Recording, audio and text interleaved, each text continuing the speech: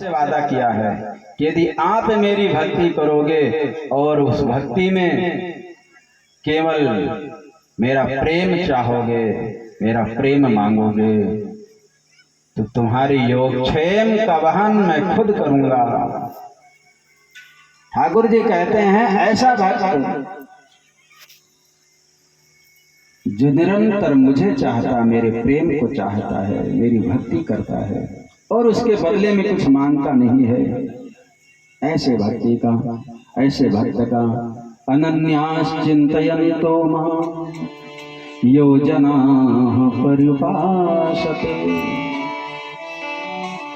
तेषां भक्तियोक्तानां योगक्षेमं वहाम्यहम्। भगवान कहते हैं अनन्य चिंतन के द्वारा जो मेरा स्मरण करता है, ऐसे भक्तों का सतत युक्तानाम, ऐसे निरंतर लगे हुए मेरे में, मेरे भक्तों की रक्षा का भार मैं खुद लेता हूँ, उनका योग और क्षेम मैं खुद वहन करता हूँ। उन भक्तों को क्या आवश्यकता है? मेरी दासी माया ये प्रकृति खुद जाके प्राप्त करा देती है। योग क्षेम का तात्पर्य है, योग का मतलब है कि जो प्राप्त नहीं है, अप्राप्तिश प्राप्तिर इति योगः। संस्कृत व्याकरण में योग की व्याख्या की है कि जो प्राप्त नहीं है आपके पास और आवश्यकता है। धन आपके पास नहीं है, धन की आवश्यकता है। पद आपके पास नहीं है, पद की आवश्यकता है। निरोगता नहीं है आपके पास, निरोगता की आवश्यकता है। रोगग्रस्त है आपका शरीर, बीमार है आपका शरीर, लेकिन ठाकुर जी को आप, भोले बाबा को आप सच्चे मन से यदि चाहते हैं तो अप्राप्ति से प्राप्ति यदि योगा, जो प्राप्त नहीं, अभावग्रस्त जीवन आपका है, जिस चीज का अभाव है उसको प्राप्त करा देने का नाम योग है। अप्राप्ति से प्राप्ति इति योगः और प्राप्तस्य रक्षणम इति क्षेमः।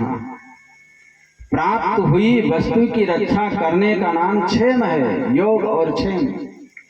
आपको धन संपत्ति प्रभु की कृपा से मिल गई, अब उस धन की रक्षा होती रहे, धन नष्ट ना हो जाए, क्योंकि धन आते भी देर नहीं लगता, धन जाते भी देर नहीं लगता। धन टिका रहे तभी तो आनंद मिलेगा। जीवन में धन आ गया, लेकिन धन ज्यों का त्यों बना रहे या बढ़ता रहे तभी तो आनंद मिलेगा।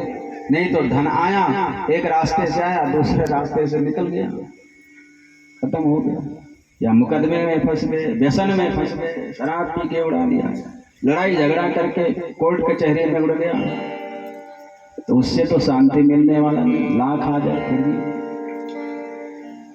वो धन आपके पास बना रहे, वो पद आपके पास बना रहे, वो निरोगिता आपके पास बना रहे, वो स्वस्थता, वो शरीर में बल बना रहे, शरीर हिष्ट पुष्ट बना रहे। नहीं तो बहुत अच्छा शरीर है और घुटने काम नहीं कर रहे हैं। कितनी उम्र है? 25 साल की, और घुटने में बहुत दर्द हो रहा है, बुढ़ापा आ गया। उम्र है 25-30 साल और बुढ़ापा आ गया, किस काम का? तो निरोगिता, वो स्वास्थ्य लाभ बना रहे, ये कौन करता है? ये ठाकुर जी की कृपा से होता है। जिस पर भोले बाबा की कृपा हो जाती, उसी के पास सदा निरोगिता बना रहता, अन्यथा तो देर नहीं लगता है। थोड़ा सा बुरा कर्म हो गया तो धन चला जाएगा, थोड़ा सा गलत व्यवहार हो गया शरीर रोगग्रस्त हो जाएगा, थोड़ा सा अभिमान आ गया तो पद चला जाएगा। तो ये धन, पद, निरोगिता ये सब बनी रहे, ठाकुर जी की कृपा मिल जाती है। जब उनका आश्रय हम ले लेते हैं तो भगवान कहते योग क्षेमम वहाम्यहम्। योग और क्षेम यानी प्राप्त जो वस्तु नहीं है उसको मैं प्रदान भी करता हूँ अपने भक्त को, और उस धन की, उस पद की, उस प्रतिष्ठा की रक्षा भी मैं खुद ही करता हूँ। और कहावत है ना कि जाको राखे साइयां मार सके ना को, बाल न बांका कर सके चाहे सब जग बैरी हो। चतुर्भुजनाथ जिसके रक्षक हैं, दो भुजा वाले कुछ नहीं कर पाते। इसलिए कोई आपका तिरस्कार करे, कोई आपसे बैर भाव बनाए रखे, कोई द्वेष करे आपसे, नीचा दिखाने के लाख सोचे आपसे, लेकिन ये भाव रखो कि हमसे उसका बुरा ना हो। अपने आप को प्रभु चरणों में लगाए रहो, अपने आप को भोले बाबा के चरणों में लगाए रहो और सौंप दो जीवन का भार।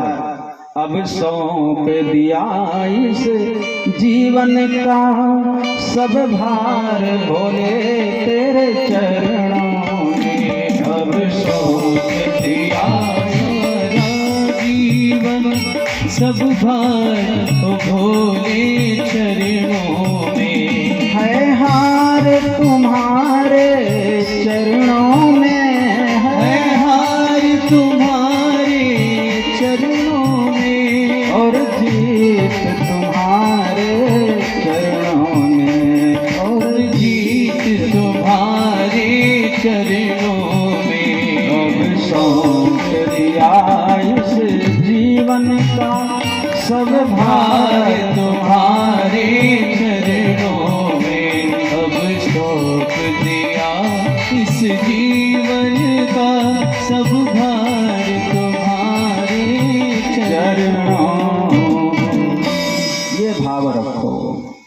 द्वेष करने वाले करते रहें, नफरत करने वाले करते रहें, जलने वाले जलते रहें, लेकिन खुद मत जलो।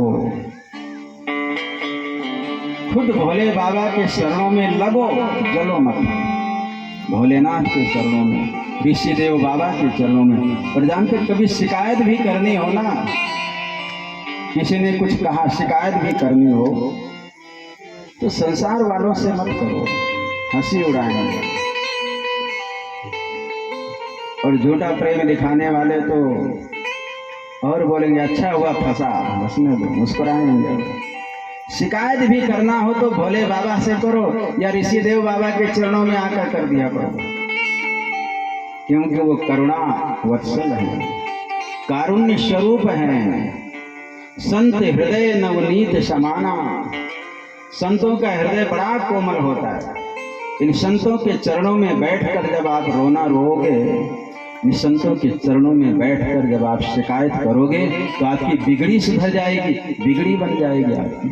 संसार वाले आपकी बिगड़ी सुधारे ना सुधारे कोई गारंटी नहीं है, क्योंकि कोई आपको चाहने वाला है, कोई आपको तिरस्कार करने वाला है। जो आपको नहीं चाहने वाला वो मजाक बनाएगा, हंसी उड़ाएगा। जो चाहने वाला है वो भी कहेगा भैया मैं क्या करूँ, मैं तो